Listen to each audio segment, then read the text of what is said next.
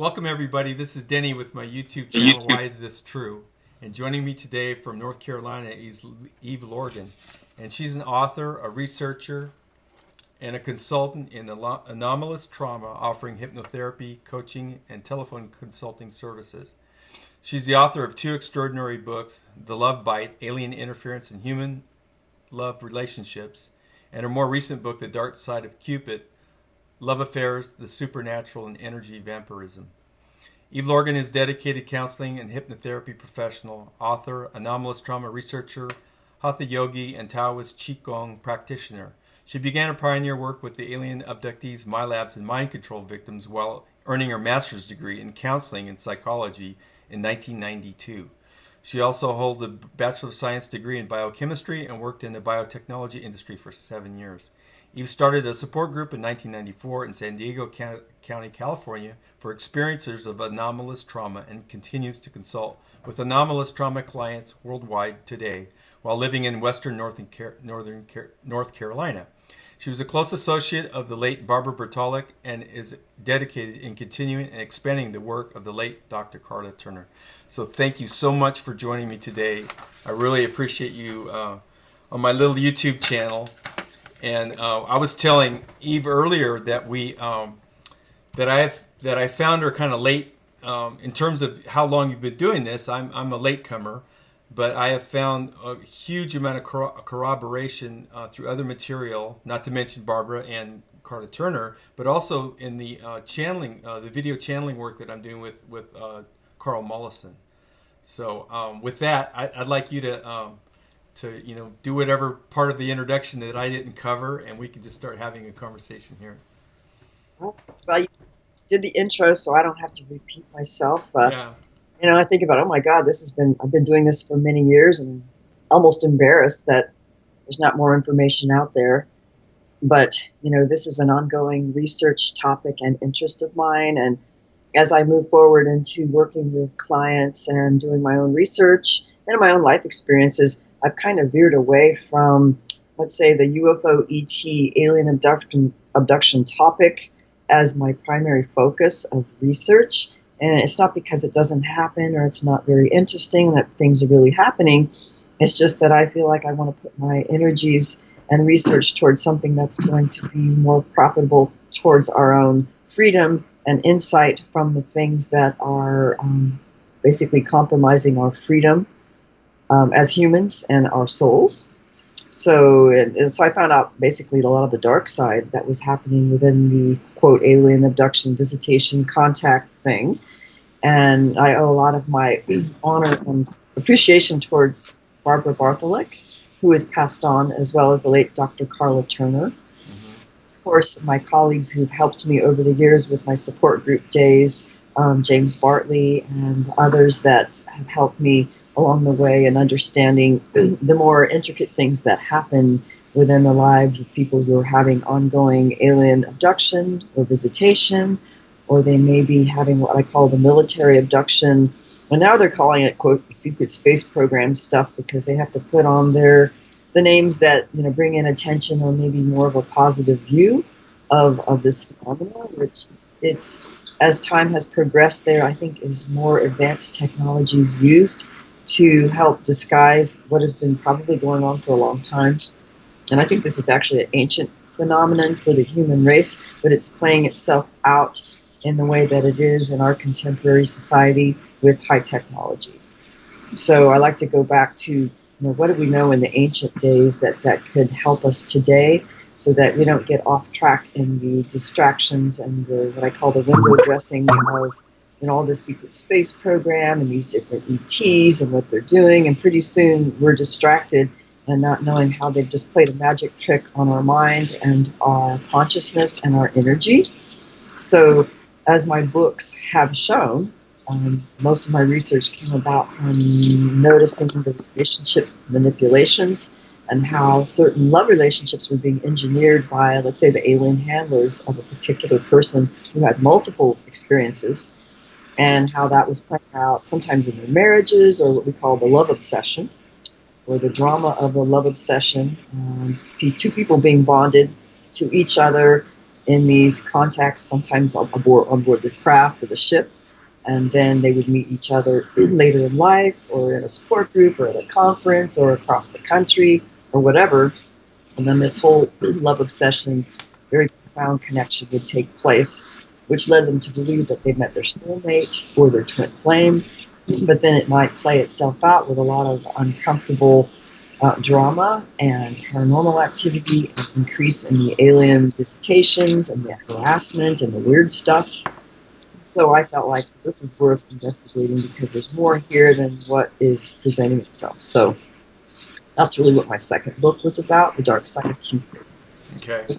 It's into, how do we identify the dynamics of what's going on underneath this cover and mask of what the aliens are doing and their experiments and their hybrid breeding program and so on and so forth, which I believe there's the energy vampirism operation, there's an alien parasite phenomena happening, and then there's really the mind control and soul manipulation going on by these alleged alien entities.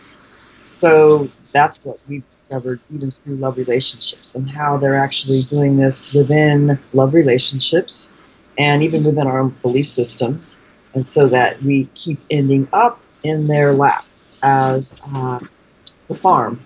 Like Dr. Carla Turner talked about, well, we as humans, we're obviously some kind of farm for these beings, or at least some beings. And so how do we wake up from this farm animal kind of thing going on and become free so that we're not victim to this? And I don't like using the term victim, but in truth, unless we become lucid and aware and regain our own sovereignty and our own awareness and our own spiritual power, we are victims whether we like it or not, whether we pretend we are or not. So, and I think there's this whole peer pressure thing within the UFO community and the paranormal, the alt media, that it's not cool to be a victim, therefore they're going to call themselves contactees and experiencers and this or that. But the bottom line is, are they working on their trauma? Are they still having hidden? Are they being made to feel special and carry out an agenda of this particular alien group or a god? Are they having these love bites? Are they having unsuccessful relationships or patterns or addictions that show that there's some kind of unresolved trauma going on? And so really that's what I look at in my therapeutic practice. It's like, how can we really go deep? We need to go deep to our own spirit, our own soul, our own programming, so that we become free of these influences and start to understand really more clearly what this really is about. Okay. There's one thing I wanted to ask you. Two questions. Is this prevalent in teenagers or more in adults, or is there a good? It was definitely prevalent in teenagers. It usually starts out in early childhood, if not infancy. The love bite aspect itself. Bite can actually be, let's say, if the aliens take you and you're already marked, okay, and they take you over and over, and they'll take you from infancy actually, several times, depending on where you fit into their agenda and their experimental program. I guess what I'm asking about is the actual love bite encounters where, these very abnormal, strong relationships are occurring more for adults or more for teenagers. Yeah, both. They'll take childhood and they'll bond you in early childhood so that you may have a special connection with someone that you may meet in your later adult years, your teen years. But they may come to figure out, if they do their regressive hypnosis or their deep therapeutic work, to come to discover, wait a minute, this connection existed long before I actually met them later in life. Okay. But there was a pre-existing connection which was facilitated or catalyzed by these beings and engineered. Okay. So it definitely happens, and so we have to watch out for this even in teenagers. And the trouble is, teenagers, a lot of them are just not mature enough to handle this reality unless their parents allow them to talk about it freely, and there's not a lot of fear. But even if that's true, just by nature of the abduction itself and what the aliens do, there is a level of trauma regardless of whether or not it's okay to talk about. Right. And plus, it's expected in teenage years for all the abnormal behaviors and extreme emotional connections and all that other kind of stuff. So it's just kind of written off as something, oh, well, it's the hormones or something like that. And then so it can be overlooked, even though that they may be heavily targeted for the reasons that it could be hidden under that social construct of like, oh, they're teenagers. Yeah, I Yeah. mean, boy, The, it's the other question I wanted to ask is that now you've been helping people since the mid '90s with this stuff, right? actually even before that, but Before that? was more of an investigative learning modality because I actually started my master's degree late in like 89, 90. And Okay. that's when I actually had my first introduction to someone who was what you call a monarch, um, mind-controlled programmed MPD, DID, SRA survivor from a high-level bloodline family who Okay. I met Sorry to in interrupt, but so since that time, how many clients have you seen around these issues? I haven't counted, I would say hundreds. I don't know because I don't count. I mean, I keep my own personal records, but I don't, I don't like to use numbers But I because mean, well, I get what I'm getting at is for our viewers who are looking at this, this isn't something you just came up after talking to 30 people. You've been at this for 20, 20 plus, plus years, talking to literally hundreds of people with experiences around these subjects. So this is not just some I'm not pulling it out of a hat right. or anything like Right. that. I just wanted to get that out there so people, when they listen to you talk, I want them to know that this is coming from a a pretty solid background in your profession and experience. Yeah. Yeah. Okay. Yeah, it's unfortunate that it's not as known as it should be, I think, in the published literature, or even in the academic circles and the scientific circles. But as many of us have come to know, that there is a type of, quote, conspiracy of silence about certain things and certain controlling factors in society and certain sectors of society and religion and politics and entertainment industry and all of that. So that's unfortunate because it also happens in education and it also happens in psychological circles. I mean, even when I was doing my master's program, there was a lot of controversy even over the fact of multiple personality disorder, which is like, come on. I mean, all you have to do is have several clients and witness testimony of people in these high-level bloodline families who are systematically traumatized for the purpose of creating specific multiple personalities who have programmed parts to carry out certain functions of the cult groups that use them, and they have a sophisticated system that has been streamlined for thousands of years. Okay, so they should know this, and this should be in their academic education and their clinical education. If it's not, there's something wrong, you know. But then, you get harassed for it. So my Barbara So Buck was, that's the other question I wanted to ask. Maybe it's a little early in the interview for this, but you have not. I mean, there's things that you probably can't talk about, but I mean, you have not suffered the fate of a lot of your peers. I mean, you're still here talking. I mean, that's a pretty amazing feature of your of us being able to talk now with what you know and what you've experienced. And Dr. Turner can't say that, Barbara can't say that, and there's probably others out there that may be in the same field that we don't even know about that didn't get a chance to speak. So can you address that issue a little bit, or? I feel fortunate, although it's kind of like navigating the internal intuitive process of knowing when to talk and when not to talk, who to connect with and who not to connect with, and when to take the cue to be silent for a moment or to not mention a certain name or a certain organization or certain facts that might lead you into a rabbit hole of being marked and that kind of thing.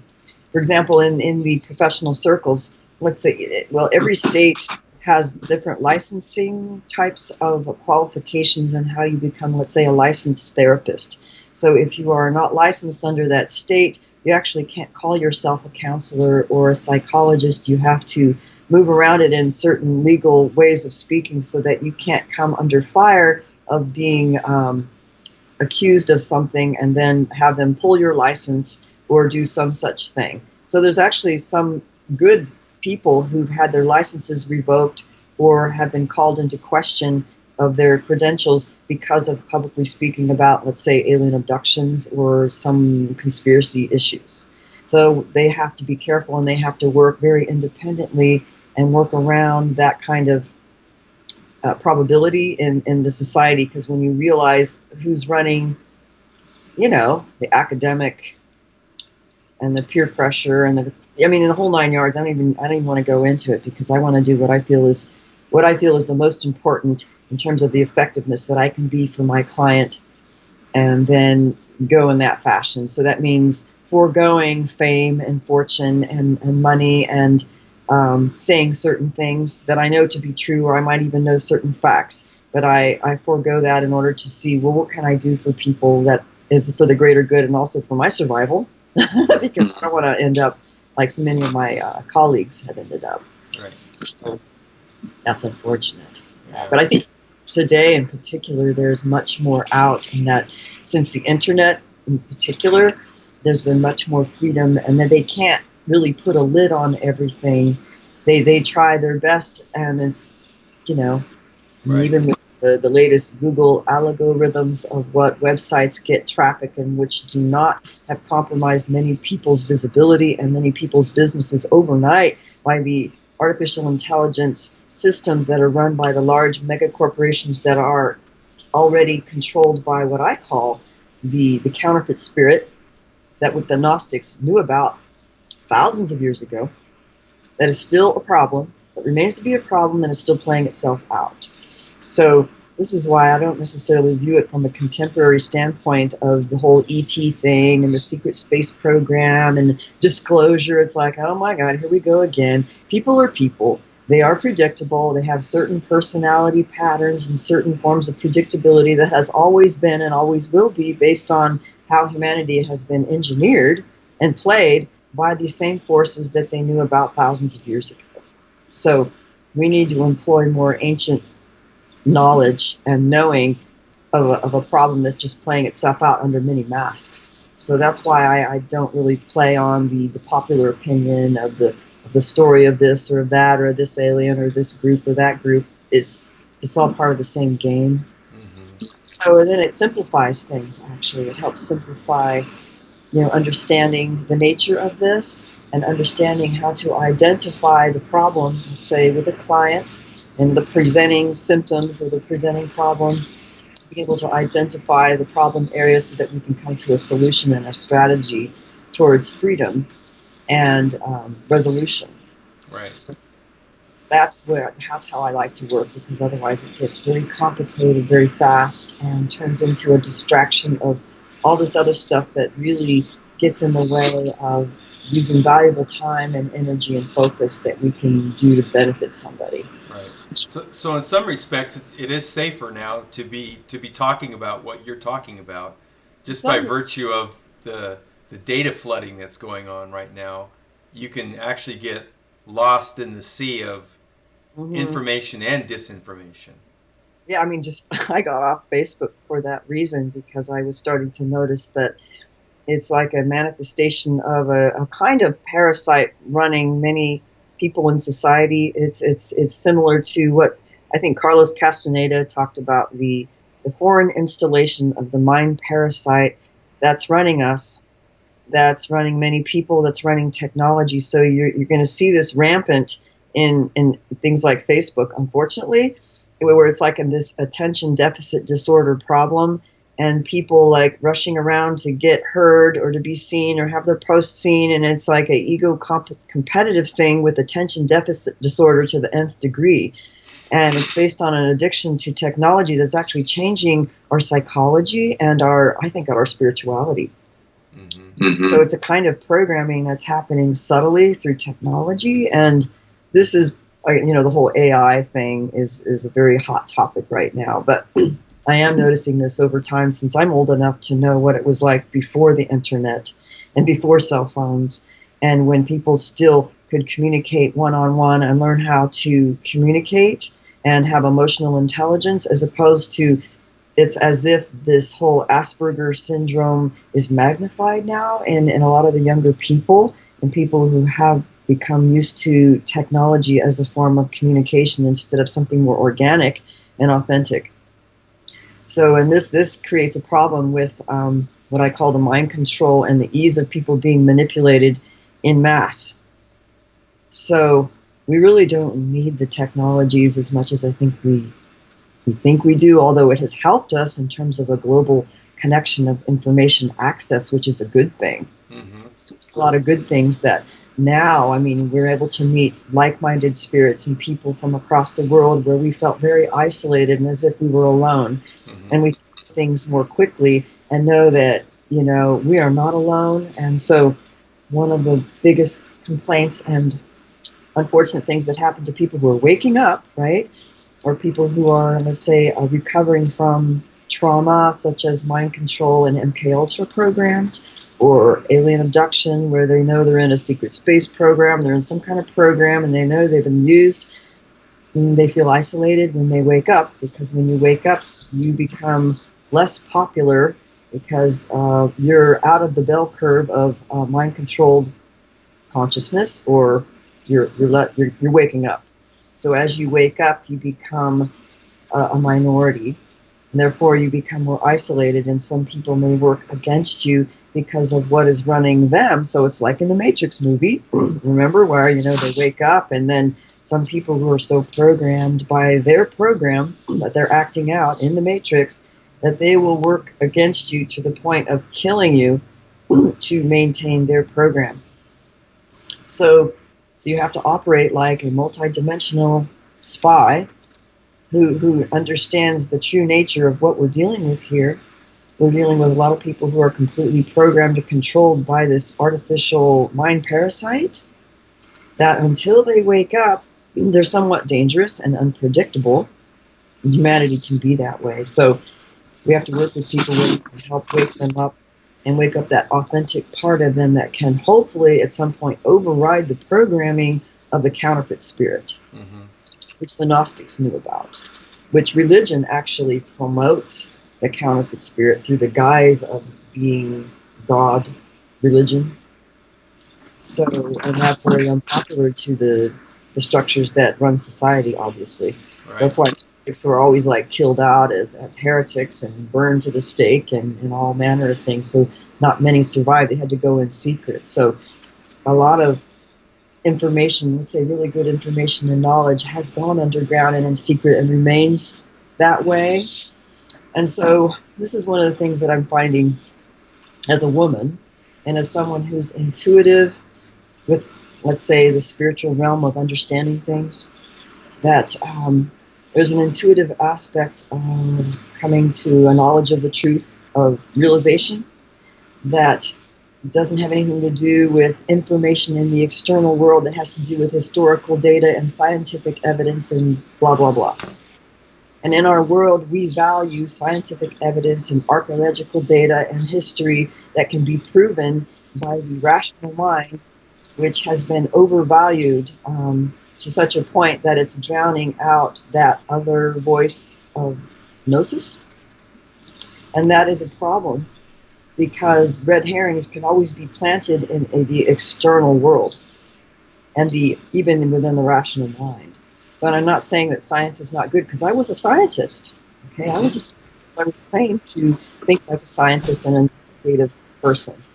It's just that I know that there is a glass ceiling of knowledge available when we only take the scientific path or the historical path where you're looking for external evidence. Right.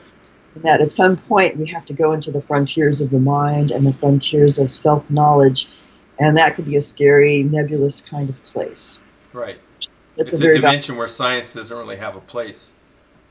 Yeah. Yeah. But it's very integral to our spiritual health. Yeah. Yeah. And it's not that, you know, there aren't good scientific data and evidence out there, but I think there's a lot of scientific evidence that is hidden, or that might be out there, but we don't know how to make connections. Right. It's like a category mistake. You know, in logic, you know, you're trying to take science to a place where it doesn't belong to answer questions that aren't really scientific questions. I mean, that's the way I look at it. Anyway, I mean, and the whole, you know, I try to keep my interviews such that, you know, the information is coming from the interviewee, not so much me, but I do have something that my listeners know about me, and that's me always pounding on the drum, is that, you know, if we want the situation to heal, the reintroduction of the feminine goddess energy is going to be paramount. That's, that without that being involved in this healing process, it's really a fool's game. It's not going to go anywhere. So in fact, I just finished an interview this earlier today. Same thing. I said the same thing, and so it's really important. And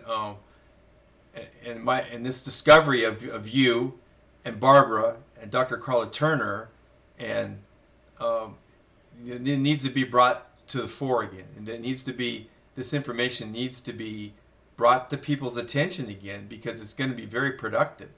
If you're seeking the truth, it's a big deal. We find out because our gut instinct will tell us and propel us, actually through pain and suffering. Sometimes that happens, and even in therapy, you mentioned, I don't want to say what you mentioned privately, but a lot of times our spirit, or the truth of our spirit, keeps trying to propel us forward. And sometimes we have to break through barriers of great discomfort and emotional distress that we're going to want to shut down and numb out. So a lot of times people have been through trauma, and they may have concurrent addictions or addictive behaviors or personality patterns that actually have been their survival mechanism to deal with the pain, to keep them numb so they could just function and survive in society.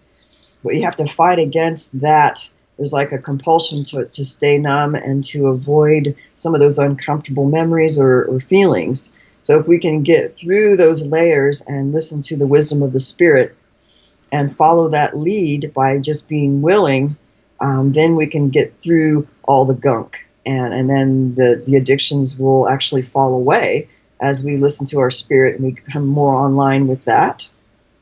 So that, a lot of people are in denial, and it's really breaking through people's denial. And the programming in our external society is so strong that it normalizes programming, and it normalizes denial, and normalizes dysfunction, oppression, misogyny, child abuse, sexual abuse, perversions, and, the whole 9 yards. So, when you listen to your spirit and the truth of the spirit, it's going to stand against what is around you in society that's normalized. So there is that element of isolation.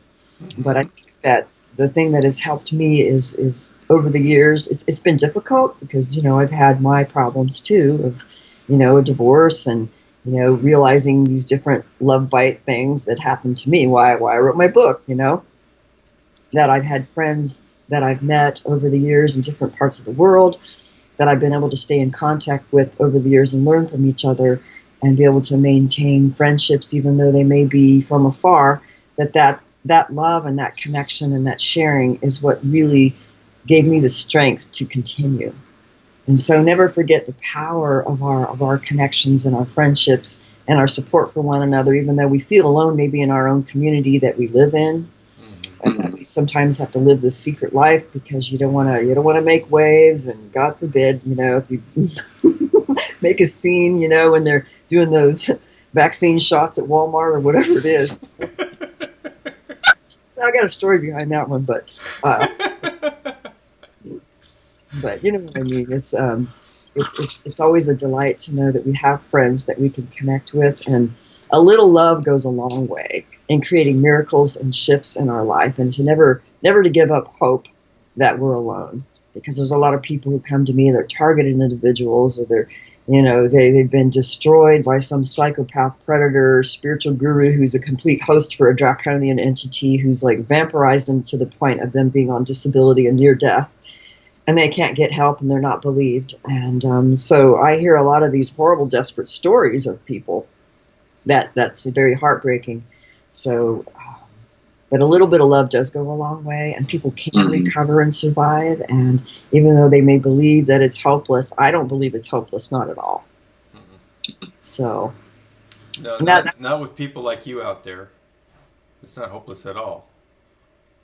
Sometimes it feels that way, though. I mean, I've seen some, and I know that Barbara, towards the end of her life, Barbara Barthlick, she had, a lot of her own doubts about, what she's learned over the years. And I think many people have doubts and feel like, oh my God, there may be no hope for humanity. But something else will come along, or another person comes in, like a relay race, they carry the torch and they take it to a few more people, and more people wake up, and there's many more who are waking up now than ever had before. So that's a good thing. Me, I'm kind of more of the therapist, and I look at things from trying to investigate the spiritual component of what it means to wake up and realize our true nature, and the whole aspect of lucidity and lucid dream practice, and even some of the Jungian kinds of ways of self-investigation, and trying to learn how to become free by tapping into our power, which is, Bruce Lipton talks about that too in his own way of discovering and then connecting it with biochemistry, connecting it with genetic expression, and knowing that our consciousness and the in-depth part of who we are really is the primary power that can create much more. And so we don't need to put limitations on, to think, well, it's genetic. I have this condition. Well, it's genetic. Therefore, it's hopeless and I'm powerless. Well, that's a bunch of bullshit. I think that we have much more power than we give ourselves credit for if we can self-discover what that is and get through the programming, which actually is keeping us in the way from connecting with that. Yeah. So it's what I would like to do for people in my, quote, counseling therapy, hypnotherapy, is helping people self-discover and guide them through their own self-discovery process, and trying to nip it in the bud when they're going off in their tangents and their stories and the mind control programming and the narratives which throw them off track, which sometimes they don't want to hear it, but people sometimes need to know what they're doing when they're doing it, so they can reconnect and recalibrate with their spirit. Right. So that's really where it's at, because if we don't connect with that, and we keep connecting to something external to ourselves, we can be led astray every time, and that's what happens with humanity. We've been programmed that way. And with the alien thing, we're programmed to see them as these, benevolent space brothers, or the good cop, bad cop scenario playing out, which is part of the same game in some ways. Right. You have to look at that, and the intelligence communities has known this for years, so why can't we figure it out? With the alien games. But it's really the mind control and the trauma that's done on these deep levels that actually prevents us from coming into that knowledge. So a key to our recovery and a key to our power was always an understanding. Now what I understand is trauma resolution and true integration with the aspect of ourselves that has the highest noble truth. And so that's important. But there's also parts of us that have been programmed actually against the truth of the spirit, and we think that's the truth. So there could be programming that are like counterfeit spirits, even within our soul, that is programmed against the purity and the truth of the spirit. So, and we have to identify that. So it's even like being a good doctor. If we can identify how the parasite works itself in biology and in our own system, and how it works in people, and we can nip it in the bud before it becomes a problem, then we can get on track with being healthy and in tune with our own true eternal nature of the spirit while we're here in these avatar bodies in this virtual reality, because that's really what we are. Mm-hmm. It's a virtual reality where we've got avatar bodies that are very constricted compared to our true nature. Yeah. Most of us can't remember that because the nature of the avatar bodies themselves and the genetic, what they've done to us over time, has actually cut off that self-knowledge and created a type of amnesia. And that's why it's almost like a catch-22. It's very difficult to come into the true memory, because it's the true memory that gives us the power to really reconnect to recreating what we really want and desire, which is freedom. Right. Most of us want freedom. Most of us don't want to be slaves, but some people do. Some people prefer it. So. Right. So sometimes we remember to forget. Yeah, or we do. It's part of the soul contract, right? Yeah, I mean, even in the Matrix movie, it makes you question, one of the characters who, he told the architect or whoever it was that says, make me forget, I don't want to remember, and he just wants to go back to that juicy steak and plan his role. And, who knows, that could be going on too. Yeah, I mean, it's I mean, when you said that, it made me think of that because, when you talk about soul contracts and stuff like that, the reason that you're kept in a certain place is because part of that memory can be short-circuited, through that whole awakening process where you wake up and you remember that, oh, I'm supposed to forget, and then you take a step back, Yeah. and then you have to go there again with a different set of tools to remember instead of remember to forget. Yeah. Anyway, that's my artist's obtuse way of or non-linear way of looking at it. Yeah. One of the things that I thought Barbara Bertolic's, she was so ahead of her time. I mean, Very much so. oh gosh, she made this connection between methamphetamines and speed use and the whole. I thought that was fascinating. Yeah, I remember her telling us about that, where there would be waves of activity, where she would get waves of clients with reports of all of the reptilian stuff, and the perverted sexual stuff and the trauma that kind of goes along with some of the reptilian flavor. And that would come along with some of these crackheads, methamphetamine addiction, where certain portals and astral fourth dimensional doorways would be open where these reptilians reside. And so then once those doorways were opened in those people's energy bodies, and they become, let's say, infected by the reptilian attachments that wouldn't go away, and then they would have all these bizarre experiences as a result of the crack cocaine, and what they call it ice in Australia. Mm-hmm.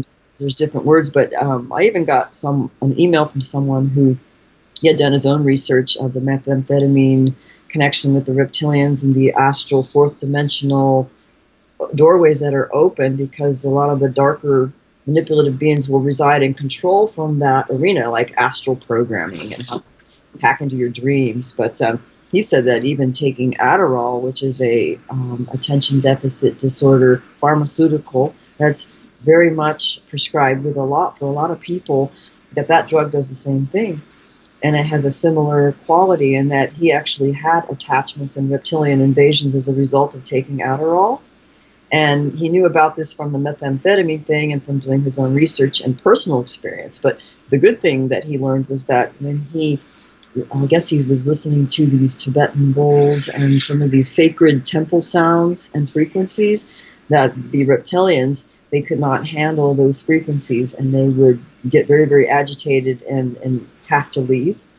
So that's a good thing, because some frequencies are they don't like, and they can't for very, very long. But they do like the lower emotional, like they can cause a sex and porn addiction, and they can twist and pervert things. And James Bartley actually has written and talked about this at length. Yes, I've read some of his articles on that.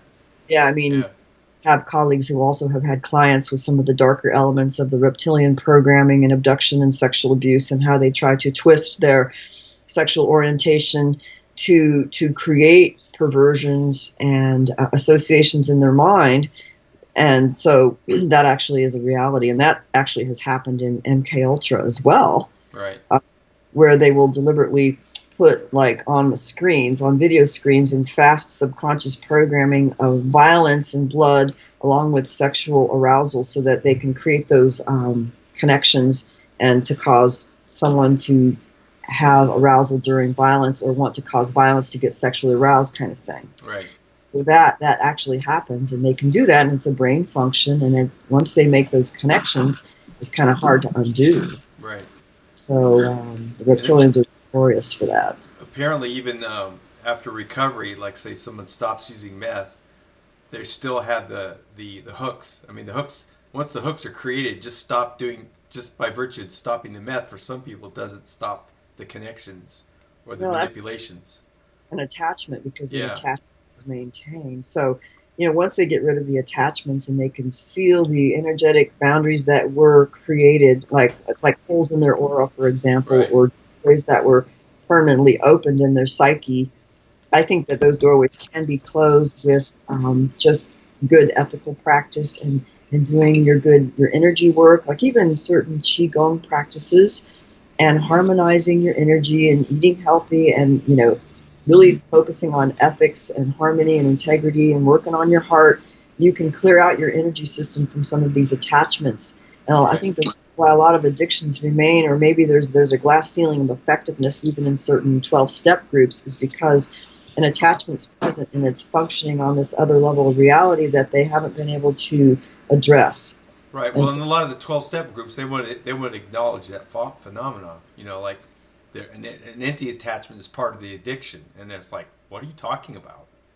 You know, I mean, that's the reaction. If you go into NA or AA and you start talking about stuff like that, that's a very common response because it's not part of the program. I mean, it's not addressed in any of the steps where you're acknowledging the fact that there's such a thing as an entity attachment that's fueling your addiction. oh It's yeah, a very foreign concept to most healing modalities for addictions. well they'll just have to learn it if they want to get better. I Yeah, mean, well, I mean, it goes back to what you were saying earlier about how in these healing professions, there's whole segments of their knowledge that's just missing. It's just not there. They won't even acknowledge it. And if you brought it up to them, it would be like you'd be threatening your status as a healer because you're part of that fringe crazy crowd out there that you know. definitely. I think you're crazy. And in the Dark Side of Cupid book, one of the major concepts I brought up was that many of the people who had one of these, I call it the Dark Side of Cupid because it wasn't necessarily an alien love bite, but it was a relationship that was somehow engineered or interfered with by a third-party entity that was, let's say, hyperdimensional in nature, that was somewhat elusive, but it could have been an alien, but not necessarily, carries many masks, but it's an energy vampire kind of thing. But the reason why many people were susceptible to this experience wasn't necessarily because they had trauma in their life or there was something wrong with them, right? Mm-hmm. It was simply because of their lack of knowledge that such a thing exists. And so, really, knowledge is very important. It's like, you go into the swamps and there's a high probability of getting bitten by a mosquito that has malaria. But just the knowledge of not going into the swamp can save you from getting malaria or having a net or having some kind of thing. But if you don't know, then you can be victim of the lack of knowledge that is the mind control programming to keep you dumb so that you can be an easy slave and an easy farm animal be harvested.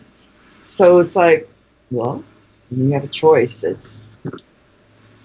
And so knowledge does help. And so that's what we discovered, that many of the people who were truth tellers or in the truth awakening kind of thing, or they were whistleblowers, sometimes they got one of these Dark Side of Cupid love bites as a reprisal. For example, Barbara Bartholick also used this term reptilian reprisal often in her conversations with us, because if we did something truthful or good to help shed light on something, let's say on the radio or at a conference or whatever, and the next day or that night, guess what? We got our reptilian reprisal, and then we got hacked or were abducted that night and traumatized and tortured, or something occurred in our life in such a way that you can't prove it, but something weird is going on, and it's part of the gaslighting, targeting, reprisal phenomena that happens when you get too close. Right. So we learned to monitor the signs of such things. Sometimes it was like, oh, we must have said something good. So yeah, the knowledge of that could cause you to become somewhat targeted. So there was even good, well-known researchers that I know who have published books, who because of their books they were targeted, their marriage fell apart, and then there was like a love bite set up between, let's say, one of their partner and somebody else that was a complete manipulation to throw them off and their personal lives off from the work that they were doing and the effectiveness of the work they were doing. So sometimes it's a reprisal kind of situation in the more malevolent aspects. Mm-hmm.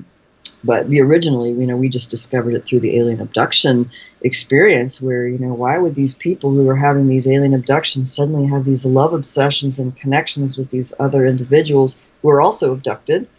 And sometimes they were, and sometimes they were just somebody that the aliens picked to bond them with for some reason. So I just think it's amazing that both people, when they could become aware and actually confirm each other's experience on these other realms, let's say on the craft together, or they were abducted together, or they met in another astral, other dimensional reality where they can confirm each other's experience. And so that's where it's so valuable when we can get together in a group and share. Right. And these are things that have been a taboo not to talk about. So Right. really need to have open discussion in ways that we can safely share these things, even if it goes against the grain of the popular opinion of even the people who are the main speakers at every conference. And these things go on today just like they were going on in the 90s in terms of trying to squelch the talk about, well, the ritual abuse element and connection to, let's say, the milabs and the alien abduction phenomena, and why are they not addressing MK Ultra, and why are certain, like I have somebody, a colleague, who's had definite milab super soldier stuff, where there's a connection to the ritual abuse element, where he was asked to be on a TV show to do a regression for an alien abduction type of show, where they want to document this whole alien abduction thing and show their perspective. But when the hypnotherapist that he talked to, who was hired by the show, right, when he told them about MK Ultra or the mind control thing, and they acted like they didn't even know what MK Ultra was, like it didn't even exist. And I'm like, are you kidding me? That's a joke. That's an insult and a joke. And if they don't know, if a hypnotherapist who's working with alien abductees doesn't know about the reality of MK Ultra and ritual abuse and mind control programming and how all that works, they're stupid. I'm calling them stupid because that's dangerous and it's stupid. But it's a testimony to how effective this whole mind control and cultural conditioning is. I mean, it's you're dealing with experts out there. They know how to handle humans. Yes, and handling. I mean, that whole word, handling. And when we come to realize the various modes of handling, I mean, our model of understanding a lot of this hyperdimensional interference actually originated in observing people in, let's say, not only the alien abduction phenomena, but those who know they were in some kind of MK Ultra project or a MyLab thing. And then let's say they would have a handler and they would have a controller, and they would carry out systematized trauma and programming so that this person who was already created with multiple personalities, that each one might have had a function and a skill, that a handler or a controller would have the cue and the magical key to access that personality to, switch on and do this particular job. So just understanding how that works and then how the subtle handling goes, and let's say someone's life who hasn't quite awakened yet. And when we see that model of how the handlers will enter their lives as love bite partners, and a lot of times they do come on as employers, as doctors, as lovers, sometimes as friends. But if we can identify how that handling process takes place, then we can nip it in the bud on how they're accessing and how they're trying to keep us asleep.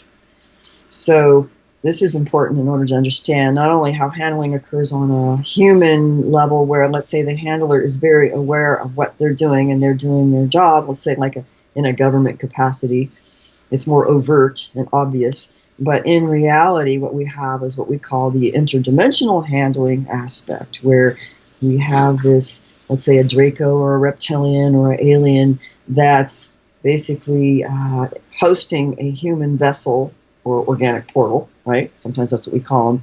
And then that propels and compels their behavior to handle someone else under the guise of whatever mask they're holding. And so that in and of itself is like a huge revelation. So we actually talked about that on one of our panels, the hyperdimensional interference and the keys to discernment, understanding how that takes place on a macro scale and a micro scale, but also within the love bite, because the love bite is something that's very personal and profound and can really hurt us in many ways. And so, our heart and our love and our life is like our power point of groundedness to our being, and everybody needs love. So, if somebody wants to disempower a race or to keep someone under control, they're gonna try to compromise the love relationship first, or their survival needs first. How they make a living, and so we have to watch that. So, what do you see? What do you see coming up for you with your work? Do you have? Are you working on another book, or is Is there new Yeah. developments that you would like to share with? Well, I think it's, I'm working with a colleague where we're wanting to do probably more than one book together, which will comprise not only memoir and personal experience with knowledge of what we know as therapists working, let's say, with anomalous trauma and the milab thing, the high occult area, and how all that works.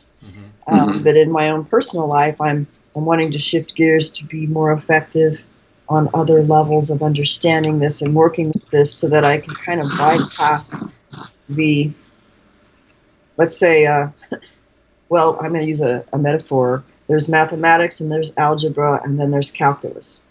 Okay, so I don't want to work on the mathematical level or the algebra level. I'm going to work on the calculus level and the quantum level so I can do things more quickly and more effectively to have a better effect in a shorter period of time where I can work more effectively. So that's what I want to do with my own self-knowledge of discovering even my own experiences and how I came into this world and how I was raised and had the abduction phenomena happen to me and some of the milab elements and some of the more occult aspects, and then coming to understand and face this in my own life through, people that helped me, Barbara Bartholic, and my friends and close ones who have come to discover and unravel their own programming, but unravel the programming on very, very subtle levels that goes above and beyond even simple psychology. And so it really goes into the dream realm of the Jungian archetypes and the astral and the other dimensional places of our spirit and our being, that we have to recognize where all these levels are happening, because where we go to one level and we think we know the truth, and then lo and behold, that's a false awakening. We got to go to the next, and we got to go to the next. And so it's all about lucidity and being aware that you're aware, and doing this in the dream state if you can, or in altered states of consciousness, or even working it with your body. Like one thing that I found great enjoyment in my own life and insight is working even with my body in yoga or dance or Taoist Chi Gong, and learning how to discern energy and harmonize energy and learn things on a kinesthetic sense that align with certain principles of the universe that gives me insight on all these other more subtle levels of consciousness. And so even if you're not, let's say, a lucid dreamer and you don't remember your dreams, there's ways that you can learn and intuit deep internal truth through even body work. So there's a way for everybody. Right. And there's ways that we can learn these things and we can enjoy it and have fun at the same time. Right. So I'm actually going to study business, and I'm going to kind of shift gears and continue with what I'm doing, but I'm going to try to learn a more practical approach to living, because as a woman at my age and in this economic reality in America, actually, it's kind of switching the topic a little bit, but it's a reality that I think many of us, especially women who post-divorce, age 45 plus, have come to realize that no matter how smart you are, how many degrees you have, that the job situation is dismal. And it's a lot like what the best-selling author Barbara Ehrenreich of her Bait and Switch bestseller book brought it, and I think it was in 2005, which was like 15, I don't know, quite a while ago, okay? It's still true, if not more true now, what she discovered and investigated as a, let's say, somebody looking for, is it white-collar work, or more corporate, or a high level, let's say people who have degrees and want to go back in the job market, only to find out that these jobs don't exist because the middle class has dwindled to very few, and there's poor, and then there's the elite. And so what we're dealing with is a major mind control operation going on about the reality of the economic situation. And so you go out there thinking, oh, well, if I just get enough coaching and I just get enough degrees and I be perfect enough in presenting myself, being the perfect salesperson, do all this work, spend thousands of dollars on how many degrees, how many coaching sessions, to come to find out that there still ain't no jobs. The reality is the reality as it always was, especially for women over a certain age that have become completely devalued, not only in the work market, but on the dating market. So you have to learn how to live a new way and decide a new way of living based on the economic reality of what we live in. And it is majorly a mind control operation. So we have to deal with and defend against mind control on many different levels. So in learning how to have effective business, because if you want to survive, you're going to have to create your own business, or you'll be somebody else's slave. So you create your own business, learn how to defend against mind control, and be wise to these things to learn a different way of living, which is a challenge, because inevitably I think many, even in this country, have come to the point of, let's say, there is an awareness of psychopathology in very powerful places.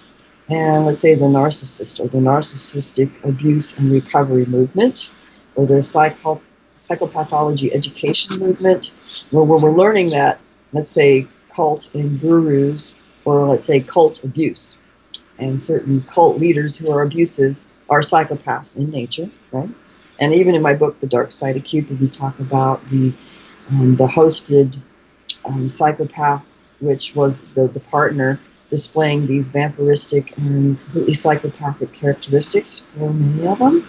So we have to understand the psychopathology and how it's playing out, not only in personal relationships and gender inequality and religious narratives, but also how this is playing out economically and politically, so that we have to, eventually we're going to have to confront the psychopath in our personal life and in our public life. Yeah, And this, it truly is the 11th hour. So if you know, there, like yeah, the fellow that I work with, you know, he in conveyed through these sessions that we do, there is a sense of urgency, because all of this is coming at a crisis point right now. So this whole idea of like, well, we can wait and fix this, and we can wait and fix that, and we can wait and fix the other thing, it's really not true, because they're all part and parcel of a problem that's pervasive in all of the different areas. So exactly. and so that needs to be, it needs to be attacked as a whole. And you know, that's kind of the way I look at it. And you know, trying to piece it up into like, oh, this is a spiritual problem, this is an economic problem, this is a this and that problem. It's a consciousness problem.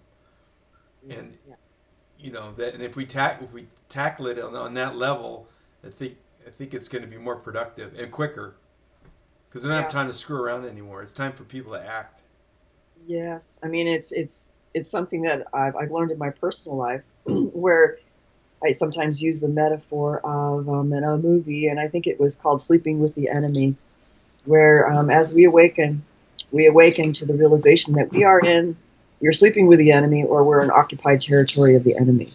Therefore, you know, when you try to use compassionate communication skills with the psychopath, well,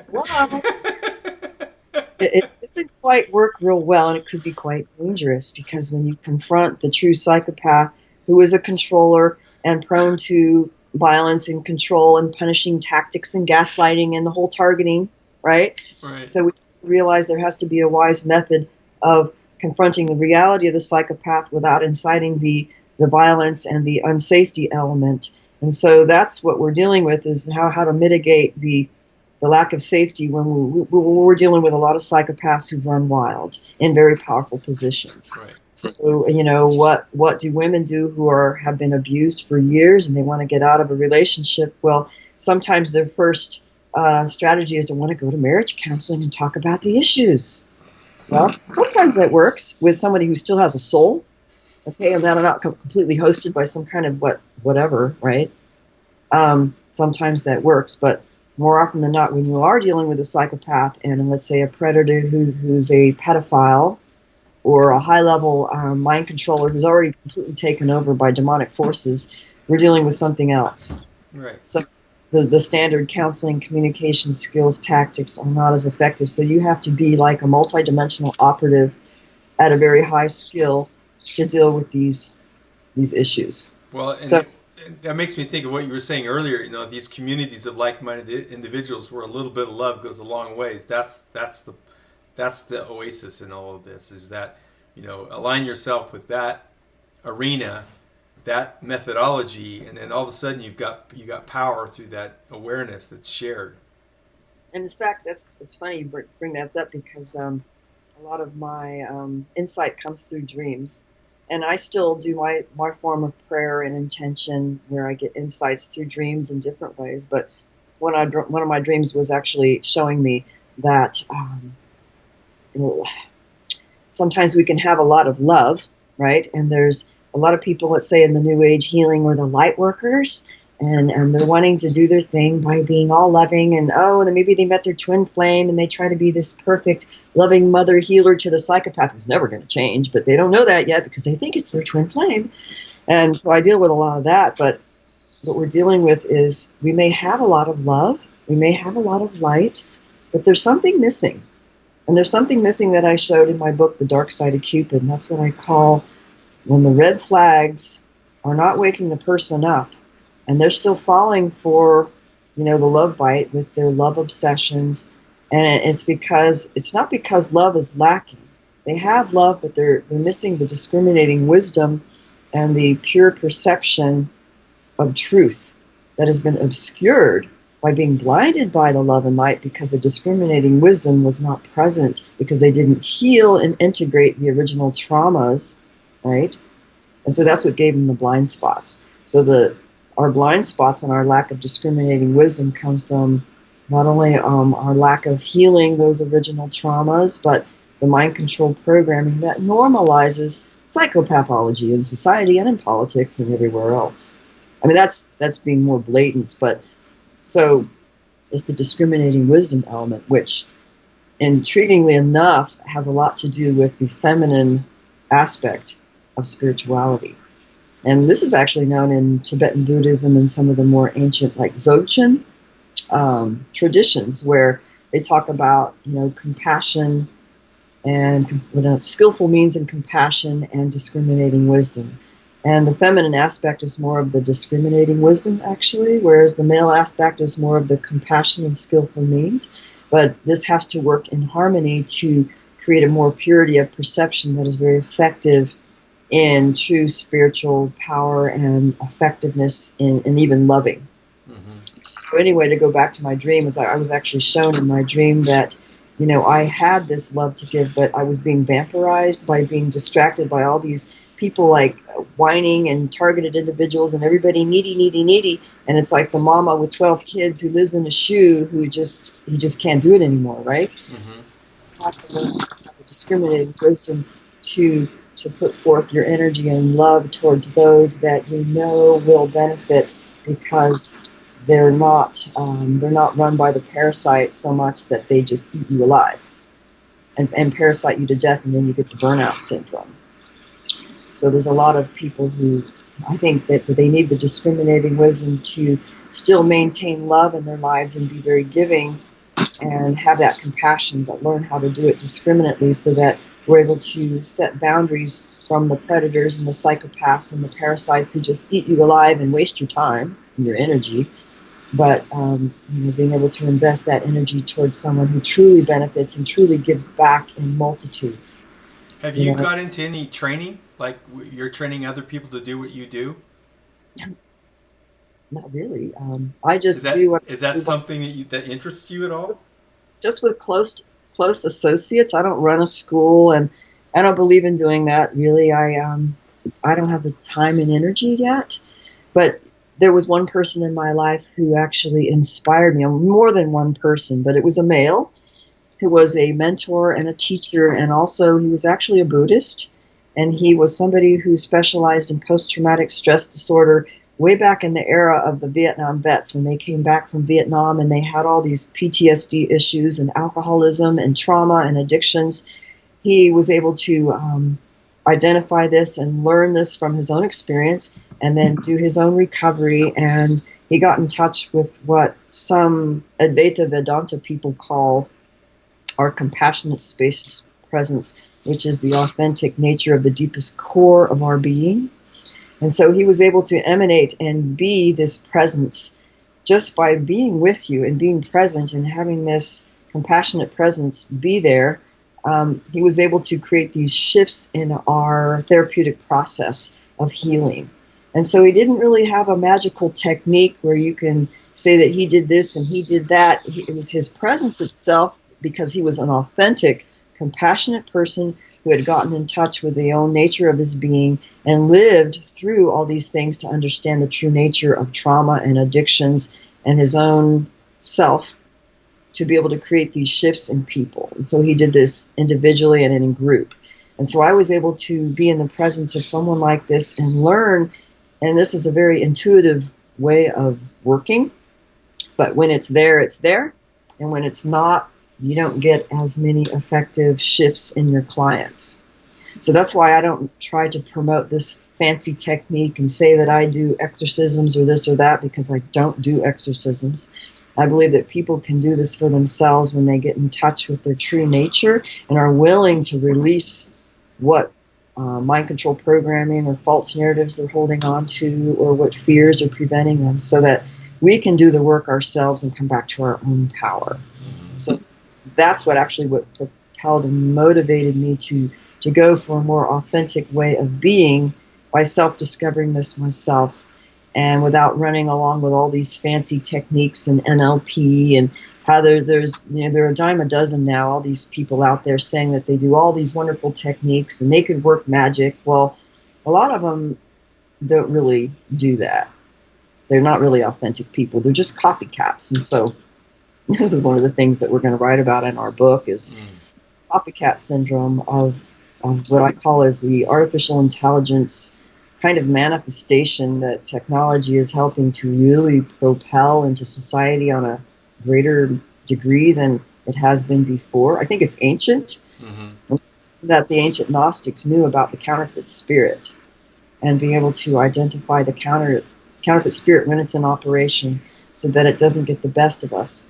And so there's a lot of that's this whole copycat thing going on with people who claim to be healers or this or that. It doesn't matter what it is. And then they're on Facebook, and then there's a lot of trolls and what I call the fake people and the fake personas, which are either hired or they're actually artificial intelligent programs that, based on certain memes and certain words of too many people awakening, will go in with all their dumb comments and the dumb troll stuff, so that it basically drowns out the truth speakers and the originals, and then the copycats take over.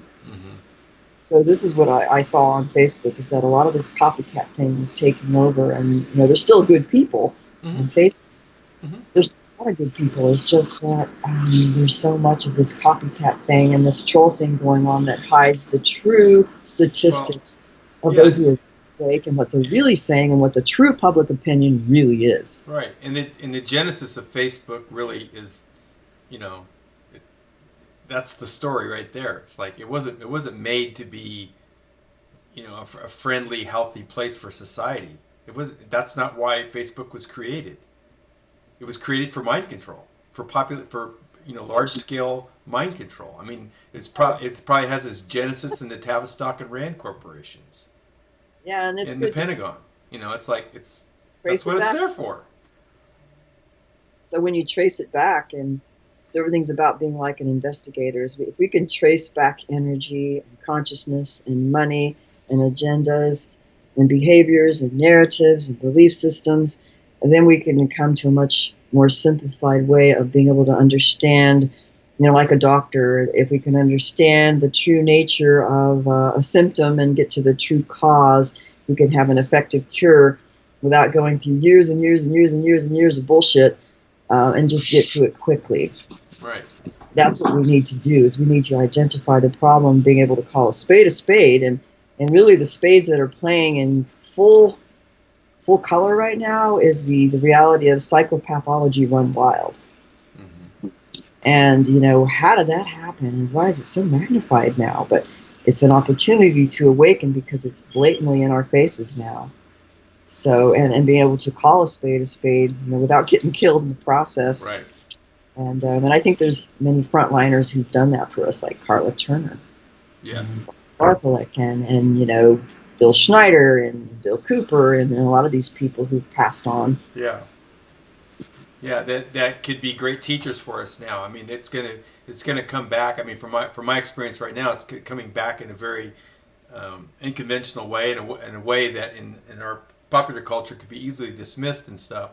But I don't really care about that because it's a diamond in the rough. And at some point, people are going to go back and they're going to look at it, just like they're going to go back and look at Dr. Carla Turner's work, Barbara's work, your work, and they're going to go, oh my gosh, these are the people that were telling us the truth all along. And it was never a popular thing. It's just, you always have to look at what was the popular opinion of the time when, Carla Turner's books came out in the mid-90s, late 90s, and there was always the popular opinion and this covert control thing going on at conferences and speaking engagements and the media. And it was so blatant. And it still is blatant even today, which a lot of people, they don't recognize it because there's an essence to it that they get easily blinded by their stories, and they don't know that it's still happening today like it was back in the 90s. So we have to identify what it is, and that's going to be unpopular. You're going to eventually stand alone and be all kinds of names and be very unpopular. And, there's a bit of a sacrifice to this. I mean, you lose the love of your life, you lose business, you lose a lot of things, but it doesn't have to be that way. No, and it's like, this is what's going on right now. It's such a small part of the big picture. So that ability to step back and look at the big picture is so helpful right now, because then it gives you the perspective of not getting embroiled in everything. I thought Contact in the Desert was a perfect place to see all of this stuff being played out, like what you're talking about. Jacques Vallée being there was a total fish out of water. Did he speak? Yes. Oh my goodness, that must have been amazing. It was amazing. He was the most anomalous figure there, by far. Wow. And what was so crazy is that I think easily, I'm just speculating, but I bet you half the people there didn't even realize it. Half the people there didn't even know who he was. They have that attention deficit disorder. Yeah, they don't know their history. And his message was such a departure from everything else that was going on there. It was fascinating. There's a lot of like paid venue things that you could go to there, or like someone would have a panel discussion or have a feature that you could go to as part of the ticket price. But then they had these other little workshops or lectures that you could pay for separately and go attend. So his was the only one I actually paid for. I was on an extreme budget, but I thought, well, if I'm going to pay for any, I'm going to pay for him. And so what he did was he had 3 different case studies that were supposedly UFO encounters. Really? Yeah, and so what he did is he went through each one of them and showed how the official MUFON or whatever agency was involved, how their conclusions were completely wrong. That's what Barbie would do, and that's why I have actually 3 cases that Barbara gave me from many years ago that I put in my Dark Side of Cupid, because she actually knew Jacques Vallée in her earlier years, and they had kind of corresponded together, and so she had some really good cases. Yeah. It's in this book. I highly recommend this book. It's great, as well as your books. I wanted to read this one first just because for the chronology, and then I want to get Dr. Turner's books, and then I'm going to read your books, and then the world's my oyster. Dr. Turner's books are online, because I know that I think I lost. Yeah, you know what happens when you lend books out and they disappear. Oh yeah. That's with the hard copies of Barbie's Candy's books. But the Masquerade of Angels was a really good case study that I recounted part of it in the Love Bite to show the whole breadth of what happens in some of these alien abduction and contacting, and even to a certain extent channeling and light workers by spiritualist groups who are still deceived and duped by the reptilian manipulations, and how they put together this whole Love Bite thing. And so Barbie was able to have cases that demonstrated so much of this, all within one case, 1 or 2 cases. And so that's why I think it's awesome that it's very hard to have a good investigation. Even doing the Love Bite and the Dark Side of Cupid took a lot of work in actually compiling the case histories, because in each case history there was a lot of emotional duress and sometimes harassment and manipulation, where they didn't want to do it, and then they were afraid, and then they got harassed, and then and then they wanted to pull out, and so it's very difficult to get all these cases of things that I knew existed, but to get the permissions to even put it in the way that I did, just to make the points that these things are happening. Because a lot of people don't want to talk about things in their lives that compromise their marriages or their jobs or their kids, or all kinds of things, so that they just go silent. It's a serious problem. Have you seen Missing 411 yet? Is that a movie? Yeah, it's a documentary, but put out by Mark Paulides. Paulides. I don't know how to pronounce his last name, but he's an ex-law enforcement guy that was studying all the missing person cases in the national parks. And him and his son just did a documentary called Missing 411, which is tied into this whole abduction thing big time. And I think it's fascinating. He did a great job. He was very restrained in coming to conclusions. He just stated the facts of the case. He had he documented 3 classic cases that are supposedly typical of many of the disappearances over the years. So it's called Missing 411. So I bet you get a kick out of watching that if you get a chance. Good. So it's probably only available through purchase or on YouTube? Yeah, you can rent it. I think we rented it on Netflix for $6 or something like that. But you can get it on iTunes, Netflix, and some others. But I've been promoting it because it's a very mainstream introduction to this whole issue of abductions, pedophilia, satanic ritual abuse, mind control, the whole 9 yards. And his investigations are very well done, and he documents the response from the National Park Services in a very respectful, tasteful, and revealing manner, kind of devastating for the powers that be. Yeah. Given what he came away with. Sorry? It's hard to get out there. I was on a show that was Mysteries of the National Parks for the Mount Lassen episode, but I think they edited it down to a very short segment where they interviewed me. But one of the things was, actually, it was an old case from like the 70s or the 90s. Well, it was reported in the 90s to Valerian, John Gracie. And then it was actually a classic abduction case that was, to me, it was evidence of mind control programming to the nth degree. But that at the time was overlooked because people weren't recognizing it for what it was. So I don't know whether or not that message even got out on that show, because it was in that area where there's a lot of stories of underground, bases or different unusual things, including Mount Shasta. So there's Mount Shasta and Mount Lassen. They're kind of adjacent to each other. So Mount Shasta has some of the more positive kinds of things, and then Mount Lassen had definitely a mixture of some of the negative things. So, I think those things have been going on for a very long time. Yeah.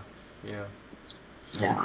So, Eve, is there anything else you'd like to say before we wrap it up? About your projects or your work, or contacting you, or your website, or...